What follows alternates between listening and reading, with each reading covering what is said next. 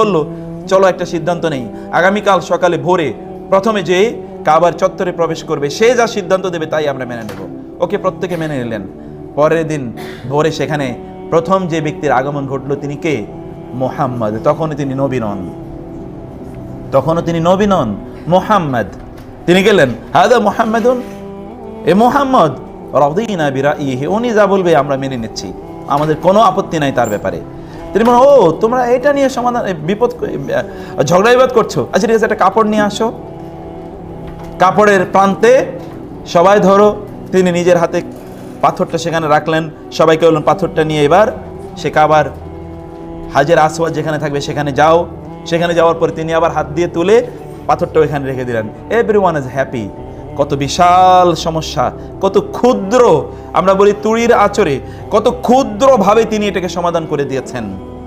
এটা ছিল তার জীবন, এভাবেই তিনি সব কিছু সমাধান করে দিতেন। এই জন্যে কোস্তালানি রাহিমাহুল্লাহ, ওয়াহাব বিন মুনাব্বিহ তিনি বলছেন, আমি এর মধ্যে 71টা গ্রন্থ পড়েছি, 71টা গ্রন্থে প্রত্যেকটা গ্রন্থে আমি একটি বক্তব্য পেয়েছি, তা হলো আল্লাহ সুবহানাহু ওয়া তাআলা আল্লাহর সকল সৃষ্টিকে, আল্লাহ সুবহানাহু ওয়া তাআলা তার সকল সৃষ্টিকে বুদ্ধি, জ্ঞান, মেধা দিয়েছেন, কিন্তু আল্লাহ সুবহানাহু ওয়া তাআলা এই বুদ্ধি, জ্ঞান, মেধা, আকল, ইন্টেলিজেন্স এটাকে 100 ভাগ করেছেন। এর মধ্যে 99 ভাগ দিয়েছেন মুহাম্মদ সাল্লাল্লাহু আলাইহি ওয়াসাল্লামকে, আর 1 ভাগ দিয়েছেন আল্লাহর সকল সৃষ্টিকে। 99 ভাগ দিয়েছেন কাকে? মুহাম্মদ সাল্লাল্লাহু আলাইহি ওয়াসাল্লামকে, আর 1 ভাগ দিয়েছেন সকল সৃষ্টিকে। আল্লাহ সুবহানাহু ওয়া তাআলা তার রাসূলকে যে বুদ্ধি দিয়েছেন, মেধা দিয়েছেন, যোগ্যতা দিয়েছেন, দক্ষতা দিয়েছেন, এটার তুলনা হচ্ছে যেমন একটা মহাসাগর অথবা একটা মহামরুভূমি। ওই মরুভূমির যত ধূলিকণা অথবা ওই মহাসাগরে যত পানির বিন্দু আছে, এই সকল পানির বিন্দুর সমান জ্ঞান হচ্ছে মুহাম্মদ সাল্লাল্লাহু আলাইহি ওয়াসাল্লামের। আর আল্লাহর অন্য সকল সৃষ্টির জ্ঞান হচ্ছে ওই মহাসমুদ্রে অথবা ওই মরুভূমির একটা ধূলিকণা অথবা একটা ফোঁটা পানির সমান। অন্য সকলের বুদ্ধি, মুহাম্মদ সাল্লাল্লাহু আলাইহি ওয়াসাল্লামের বুদ্ধিটা হচ্ছে এইরকম, তার জ্ঞানটা হচ্ছে এইরকম। আমরা পৃথিবীর বহু মানুষের বহু কোটেশন আমরা মুখস্থ করি, বহু প্রবাদ বাক্য আমরা মুখস্থ করি, কিন্তু মুহাম্মদ সাল্লাল্লাহু আলাইহি ওয়াসাল্লামের প্রত্যেকটা বক্তব্য একটা প্রবাদ বাক্য, প্রত্যেকটা বক্তব্য একটা কোটেশন, প্রত্যেকটা বক্তব্য একটা প্রবাদ বাক্য, প্রত্যেকটা বক্তব্য একটা কোটেশন। তার কোনো বক্তব্যের জন্য যদি নোবেল প্রাইজ দেওয়া হয়, তাহলে রাসূল সাল্লাল্লাহু আলাইহি ওয়াসাল্লামকে কিয়ামত পর্যন্ত নোবেল প্রাইজ দিলেও শেষ হবে না, যে বক্তব্যের জন্য কোটেশন দেওয়া হয়। এইরকম মেধা, যোগ্যতা আল্লাহ সুবহানাহু ওয়া তাআলা তার রাসূলকে দিয়েছেন। এবং এই জন্যে পৃথিবীর বড় বড় স্কলাররা, মুসলিম স্কলাররা, তারা রাসূলুল্লাহ সাল্লাল্লাহু আলাইহি ওয়াসাল্লামের কথাগুলোই শুধু পড়েছেন, কিন্তু তার উপর ভিত্তি করে তারা পৃথিবীর শ্রেষ্ঠতম স্কলারে পরিণত হয়েছেন।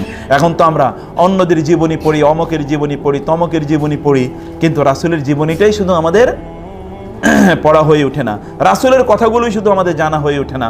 অন্য প্রবাদ বাক্য মুখস্থ করি, অন্য বহু কোটেশন, কোটস ইত্যাদি মুখস্থ করা, এটা আমাদের ফ্যাশন হয়ে দাঁড়িয়েছে, কিন্তু রাসূলুল্লাহ সাল্লাল্লাহু আলাইহি ওয়াসাল্লামের কোটস অ্যান্ড কোটেশন এটা কিন্তু আমাদের মাথায়ও নাই, এগুলো আমরা ভাবিও না, এগুলো আমাদের মাথায়ও নাই, এগুলো আমরা ভাবিও না। আমি বলছিলাম যে বোনেরা, প্রথম শুরু করেছিলাম রাসূল সাল্লামকে কষ্ট দেয়া।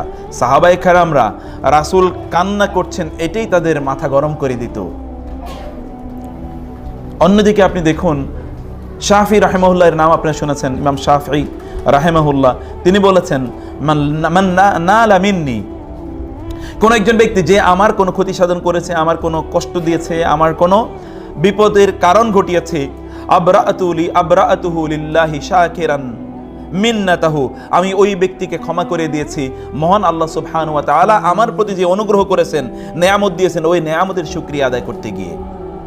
কেউ যদি আমাকে কোনো কষ্ট দিয়ে থাকে, তাহলে আমি তাকে এমনিই মাফ করে দিয়েছি, আল্লাহর কৃতজ্ঞতা আদায় করতে গিয়ে। আর 2 নম্বর হচ্ছে, কিয়ামতের দিন আমি আমার রাসূলের কালো চেহারা দেখতে চাই না। কিয়ামতের দিন আমার রাসূল বলবে, তুমি আমার উম্মতের একজন মেম্বারকে ক্ষমা করে দিতে পারলে না, আমি তোমার প্রতি ভেরি মাচ ডিসপ্লেজড, অসন্তুষ্ট। রাসূলের চেহারাটা কালো হবে, তার একজন উম্মাহ আমার কারণে কিয়ামতের দিন আটকে যাবে, জান্নাতে যেতে পারবে না, আল্লাহর কাছে জবাবদিহিতার মুখোমুখি হবে। এই ভয়ে আমি সকলকে প্রতিদিনই ঘুমানোর আগে ক্ষমা করে দেই, আল্লাহ যারা আমার প্রতি যত অপরাধ অন্যায় করেছে সবাইকে আমি ক্ষমা করে দিলাম। Look at the love of this people for the prophet. তারা রাসূলের ভালোবাসায় অন্যকে ক্ষমা করে দেন, রাসূলের ভালোবাসা তারা অন্যকে ক্ষমা করে দেন, রাসূলকে ভালোবাসা প্রদর্শন করতে গিয়ে। দিস ওয়ার দি পিপল, লোকেরা ছিল এরকম একটি জেনারেশন। অনুগ্রহ করে মহান আল্লাহ সুবহানাহু ওয়া তাআলা আমাদেরকে প্রদান করেছেন এমন একটি রিলেশন আল্লাহ সুবহানাহু ওয়া তাআলা তার রাসূলের সাথে রাখতেন। কোরআনে আল্লাহ সুবহানাহু বলেছেন, ইন্নাল্লাযীনা ইউবাইয়ুনাকা ইন্নামা ইউবাইয়ুনাল্লাহ ইয়াদুল্লাহি ফাওকা আইদিহিম। হে রাসূল, যারা আপনার হাতে বায়াত করলো তারা মূলত আল্লাহ সুবহানাহু ওয়া তাআলার কাছে বায়াত করলো। আপনার হাতে বায়াত করা মানে কার হাতে? আল্লাহর হাতে বায়াত করা, রাসূলের হাতে বায়াত করা, আল্লাহর হাতে বায়াত করা। ইয়াদুল্লাহি ফাওকা আইদিহিম, এদের হাতগুলোর উপরে মহান আল্লাহ সুবহানাহু ওয়া তাআলা তার হাত রেখেছেন। রাসূলকে আল্লাহ সুবহানাহু ওয়া তাআলা কিভাবে ভালোবেসেছেন, কিভাবে মূল্যায়ন করেছেন। রাসূলকে অনুসরণ করা, আল্লাহকে অনুসরণ করা। রাসূলকে ভালোবাসাই মানে হচ্ছে আল্লাহকে ভালোবাসা। রাসূলকে কষ্ট দেয়া মানে হচ্ছে আল্লাহ সুবহানাহু ওয়া তাআলাকে কষ্ট দেয়া। রাসূলের আনুগত্য না করা মানে হচ্ছে আল্লাহর অবাধ্যতা। এটা মহান আল্লাহ সুবহানাহু ওয়া তাআলা প্যারালাল করে দিয়েছেন, এক পার করে দিয়েছেন। দুটোর মধ্যে কোনো ডিস্টেন্স মহান আল্লাহ সুবহানাহু ওয়া তাআলা রাখেননি। আল্লাহ সুবহানাহু ওয়া তাআলা বলেছেন তার রাসূলের অনুসরণেই মূলত আমার অনুসরণ, আমার রাসূলের ভালোবাসাই মূলত আমাদের ভালোবাসা। এই জন্য আমি আজকেই অন্য জায়গায় বলেছিলাম যে বোনেরা, আপনাদেরকেও যদি আমি প্রশ্ন করি, আপনাদের কাছে সবচেয়ে ভালোবাসার মানুষকে, আপনি সবচেয়ে ভালোবাসেন কাকে, তখন আপনি নিশ্চয়ই ভাববেন যে আমার মাকে আমি সবচেয়ে বেশি ভালোবাসি, আমার বাবাকে আমি সবচেয়ে বেশি ভালোবাসি, অথবা আমার স্বামীকে, অথবা আমার সন্তানকে আমি সবচেয়ে বেশি ভালোবাসি। আমি এটাকে নেগেটও করে দিচ্ছি না, এটা ভুলও নয়, ভালোবাসতেই পারেন। কিন্তু এই ভালোবাসার একচ্ছত্র মালিকানা যদি কারো থাকে, কারোর জন্য যদি আনকন্ডিশনালি, কোনো কন্ডিশন নাই, কোনো শর্ত নাই, সেটা যদি হয়, unconditional love is only to be for Allah and his prophet. একান্ত ভালোবাসা, শুধুমাত্র কোনো দাবি নাই, কোনো শর্ত নাই। এই ভালোবাসা শুধুমাত্র কার জন্যে? আল্লাহ এবং তার রাসূলের জন্য। এই ক্ষেত্রে কোনো অন্যথা নাই। আপনি মনে করবেন এটা আমার ভালো লাগে না দেখে আমি এটা অনুসরণ করলাম না। No, whether you understand it or not, whether you can like it or not, whether you are in the position and capacity to implement and practice it or not, আপনি এটাকে উপলব্ধি করছেন কি করছেন না, আপনি এটাকে বুঝতে পারছেন কি পারছেন না, কিছুই নয়। আনকন্ডিশনালি আল্লাহ সুবহানাহু ওয়া তাআলা এবং আল্লাহ রাসূলকে ভালোবাসা, আল্লাহ রাসূলের ভালোবাসাটা, এটা আমাদের ঈমানের অংশ। কোন একজন ব্যক্তি মুমিনই হবে না যদি সে আল্লাহ রাসূলকে 1 নাম্বার ভালোবাসা না দেয়। অন্যদের ভালোবাসা 2, 3, 4। এবং believe me, loving of others is very much rested upon the love of the prophet সাল্লাল্লাহু আলাইহি ওয়াসাল্লাম। রাসূলের ভালোবাসাই আমাদেরকে অন্যদের ভালোবাসতে নির্দেশ প্রদান করে। আমি আমার মাকে ভালোবাসি, it is only for the prophet সাল্লাল্লাহু আলাইহি ওয়াসাল্লাম। আমি আমার বাবাকে ভালোবাসি, it is only for the prophet সাল্লাল্লাহু আলাইহি ওয়াসাল্লাম। কারণ রাসূল আমাকে বলেছেন, তোমার বাবা মায়ের ভালোবাসাই, তোমার মা বাবার সন্তুষ্টি তোমাকে জান্নাতের পথে পরিচালিত করবে, তোমাকে জান্নাতে নিয়ে যাবে। সেটাই চাবিকাঠি। এই জন্য আমি তাদেরকে ভালোবাসি, এই জন্য আমি তাদের সেবা করি, এই জন্য আমি তাদের আনুগত্য করি, এই জন্যই আমি তাদেরকে আমার শ্রদ্ধার শ্রেষ্ঠতম পাত্রে রাখি।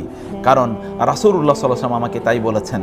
কিন্তু যখনই এই সবচেয়ে প্রিয় মানুষগুলোই যদি আমাদেরকে এমন কোনো কাজ বা কথা বলে যেটা আল্লাহ এবং আল্লাহ রাসূলের বিরোধী, তখন আর আমরা সেটা মানি না, মানবো না। নাকি মানবো? সেটা কি বলেন আপনারা? তখন আর সেখানে আনুগত্য নাই। আনুগত্য যতক্ষণ আল্লাহ এবং তার রাসূলের বাউন্ডারির মধ্যেই।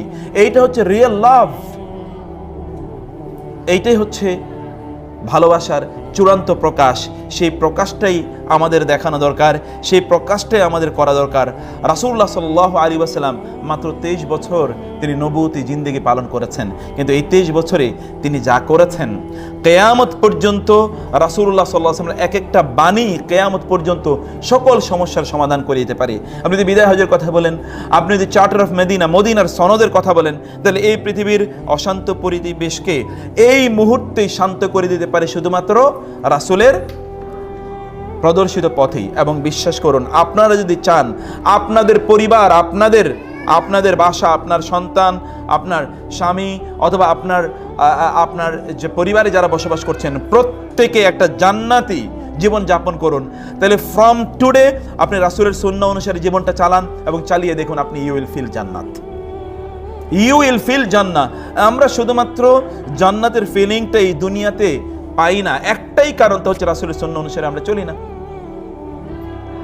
রাসূলুল্লাহ সাল্লাল্লাহু আলাইহি ওয়াসাল্লামের সুন্নাহটাই আমাদের লাইফস্টাইল, এটাই আমাদের দুনিয়ার কল্যাণেরও গ্যারান্টি, আখিরাতের কল্যাণেরও গ্যারান্টি। এই দুটোই কল্যাণ আমরা রাসূলুল্লাহ সাল্লাল্লাহু আলাইহি ওয়াসাল্লামের অনুসরণই করতে পারি। এই জন্য নেপোলিয়ন বোনাপার্ট তিনি বলেছিলেন, আমি যদি এই পৃথিবীর সকল মানুষকে শুধুমাত্র মুহাম্মাদের লিডারশিপের উপর একত্রিত করতে পারতাম, তাহলে সারা পৃথিবীর সকল সমস্যা মুহূর্তেই সমাধান হয়ে যেত এবং গোটা পৃথিবী পিস, ট্রাঙ্কুইলিটি, হ্যাপিনেস, প্রসপারিটি ইত্যাদিতে ভর্তি হয়ে যেত।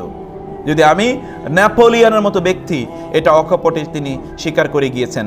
এই জন্যে ওলামায়ে কেরাম আল মাওয়াহিব আল লাদুনিয়া গ্রন্থে বলেছেন যে ওয়ামান তাআম্মালা হুসনা তাদবীরিহি লিল আরবি, রাসূলুল্লাহ সাল্লাল্লাহু আলাইহি ওয়াসাল্লাম সেই তৎকালীন এই রাউডি আরবদেরকে, আনরুলি আরবদেরকে যেভাবে রাসূলুল্লাহ সাল্লাল্লাহু আলাইহি ওয়াসাল্লাম প্রশান্ত করেছেন, পৃথিবীর শ্রেষ্ঠতম মানুষে পরিণত করেছেন, এই সিস্টেমটা, এই প্রিন্সিপাল, মূলনীতিগুলি যদি লোকেরা অনুসরণ করত, তাহলে আজও এই গোটা পৃথিবী শান্ত, প্রশান্ত, সমৃদ্ধ হয়ে যেত। আজও এই গোটা পৃথিবীতে শুধুমাত্র শান্তি বিরাজ করত, কিন্তু লোকেরা তো সে কথা করছে না। রাসূলুল্লাহ সাল্লাল্লাহু আলাইহি ওয়াসাল্লাম, আমরা সাধারণত আমাদের ফ্রেন্ডের সাথে আমাদের ভালো আচরণই থাকবে, কিন্তু রাসূলুল্লাহ সাল্লামের আচরণ কেমন ছিল, সকলের সাথে তার আচরণ কেমন ছিল। রাসূলুল্লাহ সাল্লাল্লাহু আলাইহি ওয়াসাল্লাম, আমি কয়েকটি ঘটনা শুধু এখানে বলছি। আনাস রাদিয়াল্লাহু তাআলা আনহু তিনি বলছেন, একবার কোন এক ঘটনায় ৮০ জন লোক তারা অতর্কিতে রাসূলুল্লাহ সাল্লাল্লাহু আলাইহি ওয়াসাল্লামকে আক্রমণ করলেন। রাসূলুল্লাহ সাল্লাল্লাহু আলাইহি ওয়াসাল্লামের বাহিনী তাদেরকে পাকড়াও করলেন, তার কাছে নিয়ে আসার পরে তিনি তাদেরকে দেখেই তাদেরকে মুক্ত করে দিলেন। যাও, লা তাসরিবা আলাইকুমুল ইয়াওমা আনতুম তুলাকা, আজকে তোমাদের কোনো প্রতিশোধ নাই, তোমাদেরকে মুক্ত করে দিলাম। আপনি আপনার বাসায় যদি কোনো চোর ঢুকে অথবা রাস্তাঘাটে আপনারা দেখতে পান কেউ কিছু একটা চুরি করেছে, এই সন্দেহে পিটিয়া লোকেরা তাকে মেরে ফেলে, আর এরা রাসূলকে আক্রমণ করেছে হত্যা করার জন্য, and the Prophet sallallahu alaihi wasallam caught them red handed, রাসূল তাদেরকে হাতে নাতে ধরেছেন, রাসূল তারপরে তাদেরকে ছেড়ে দিয়েছেন। রাসূলুল্লাহ সাল্লাল্লাহু আলাইহি ওয়াসাল্লাম সাহাবায়ে কেরামদেরকে নিয়ে একবার যুদ্ধে যাচ্ছেন, পথিমধ্যে তারা বিশ্রাম গ্রহণ করলেন, রাসূল সাল্লাল্লাহু আলাইহি ওয়াসাল্লাম বিশ্রাম নিলেন, তিনি তার তলোয়ারটা একটা গাছের সাথে ঝুলিয়ে রাখলেন, একটু তিনি তন্দ্রাচ্ছন্ন হলেন। রাসূল সাল্লাল্লাহু আলাইহি ওয়াসাল্লাম এমন ব্যক্তি ছিলেন, তার চোখ ঘুমায় কিন্তু তার অন্তর জেগে থাকে, তার চোখ ঘুমায় কিন্তু তার অন্তর জেগে থাকে। আমরা যেরকম ঘুমাইলে চোখও ঘুমায়, অন্তরও ঘুমায়, তা কিন্তু নয়, তার চোখ ঘুমাতো কিন্তু অন্তর জেগে থাকতো। তিনি উপলব্ধি করেছেন কেউ একজন এসেছে, চোখ খুলে দেখলেন ওই ব্যক্তি অলরেডি তলোয়ার নিয়ে রাসূল সাল্লামের আঘাত করবে এমন একটি অবস্থা। জেগে যখন উঠলো, রাসূল সাল্লাম উঠলেন, তখন সে বলল, এখন মাইয়াম নাউকা মিন্নি, কে এখন তোমাকে বাঁচাবে ইয়া মুহাম্মদ? রাসূল সাল্লাম বললেন, আল্লাহ। তিনি কি বললেন? আল্লাহ। আমি যখন আল্লাহ বলেছি তখন আপনার অন্তরে কি একটা ধাক্কা লেগেছে? যদি ধাক্কা না লাগে তাহলে বুঝবেন ঈমান এখনো ভালো করে অন্তরে ঢুকে নাই। ইন্নামাল মুমিনুনা আল্লাযীনা ইযা যুকিরাল্লাহু ওয়াজিলাত কুলুবুহুম, মুমিন হচ্ছে তারাই যখন আল্লাহর নাম স্মরণ করা হয়, আল্লাহর নাম তাদের সামনে উচ্চারণ করা হয়, তাদের অন্তরটা এরকম কেঁপে ওঠে। এটা হচ্ছে আল্লাহর অবস্থান। আমাদের কিন্তু অন্য কারো নাম নিলে, আপনাদের কথা বলছি না, একটা বয়স থেকে অন্য কারো নাম নিলে তখন এরকম একটা হার্টবিট শুরু হয়ে যায়, তাই না? কিন্তু আসলে আল্লাহ সুবহানাহু ওয়া তাআলার নাম নিলে এরকম হার্টবিট অথবা একটা কনভালশন তৈরি হওয়ার কথা, আমাদের এখানে একটা ঝাঁকুনি তৈরি হওয়ার কথা। আল্লাহ বলছেন প্রকৃত মুমিনদের, the definition of the real believers, when the name of Allah is mentioned then they feel convulsion in their hearts, তারা তখন সেখানে একটা কনভালশন তারা সেখানে ফিল করে থাকে। রাসূল সাল্লাল্লাহু আলাইহি ওয়াসাল্লাম বলেন আল্লাহ, ও প্রকম্পিত হয়ে উঠলো, ওর হাত এরকম কেঁপে উঠলো এবং তলোয়ারটা হাত থেকে পড়ে গেল। রাসূল সাল্লাল্লাহু আলাইহি ওয়াসাল্লাম তলোয়ার নিয়ে এবার বললেন, এবার কে তোমাকে বাঁচাবে বলো? ও তো আর বলতে পারে না আল্লাহ, ওর তো আর ঈমান নাই। বলে, আপনি তো উত্তম ভাই, আপনি কত ভালো ব্যবহার করেন মানুষের সাথে, আমাকে রক্ষা করুন, আমাকে বাঁচান প্লিজ, আমাকে হত্যা করবেন না। রাসূল বললেন, যাও, তোমাকে ক্ষমা করে দিলাম, তুমি চলে যাও। কিছুক্ষণ পর লোকটা একটু ঘুরে এসে বলল, এই যদি হয় আপনার ক্যারেক্টার, তাহলে please you make me one of your believers, one of your followers. এই যদি আপনার ক্যারেক্টার হয়, এইরকম মানুষ তো আমি ভাবিও নি, দেখিও নি, ভাবতেও পারিনি মানুষ এমন হতে পারে। আপনি আমাকে আপনার একজন অনুসারী বানিয়ে নিন, আমাকে পড়িয়ে দিন লা ইলাহা ইল্লাল্লাহ মুহাম্মাদুর রাসূল, এটা আপনি আমাকে বানিয়ে দেন। প্রিয় বোনেরা, এরকম হান্ড্রেডস অফ এক্সাম্পল আছে, একটা আর দুইটাই নয়, শত শত এক্সাম্পল আছে। ফুদালা বিন উমাইর বিন আল মুলাওয়িহ আল লাউসি রাদিয়াল্লাহু তাআলা, একজন ফুদালা, রাসূল যখন মক্কা বিজয় করলেন, মক্কা বিজয়ের সময় রাসূলুল্লাহ সাল্লাল্লাহু আলাইহি ওয়াসাল্লাম কাবার চারপাশে তাওয়াফ করছিলেন। ফুদালা নামক একজন কুরাইশ কাফের মুশরিক, রাসূল সাল্লাল্লাহু আলাইহি পাশে দিয়ে ঘুরঘুর করছেন, তলোয়ার লুকিয়ে রেখেছেন, একটু চান্স পেলে রাসূলকে হত্যা করবে, এরকম একটা পরিস্থিতি। কিন্তু এর আগেই বলেছি রাসূল ইসলাম তিনি ঘুমন্ত থাকলেও তার কি অন্তর সজাগ থাকে। আর যখন আমরা যখন প্রচন্ড আনন্দ ঘন মুহূর্তে থাকি, তখন আমরা একটু কি থাকি আনমাইন্ডফুল, অসচেতন থাকি। কিন্তু মুহাম্মদ সাল্লাল্লাহু আলাইহি ওয়াসাল্লাম ওইরকম নন। যখন তিনি he is jubilant, whenever he is delighted, তিনি খুব আনন্দ ঘন মুহূর্ত কাটান, তখনও তিনি প্রচন্ড সজাগ, কি হচ্ছে না হচ্ছে চারিদিকে তার দৃষ্টি থাকে। তিনি দেখলেন ফুদালা এভাবে ঘুরঘুর করছে। ফুদালা মা তুহাদ্দিসু বিহি নাফসুক, ফুদালা তুমি মনে মনে কি চিন্তা করছে বলো তো?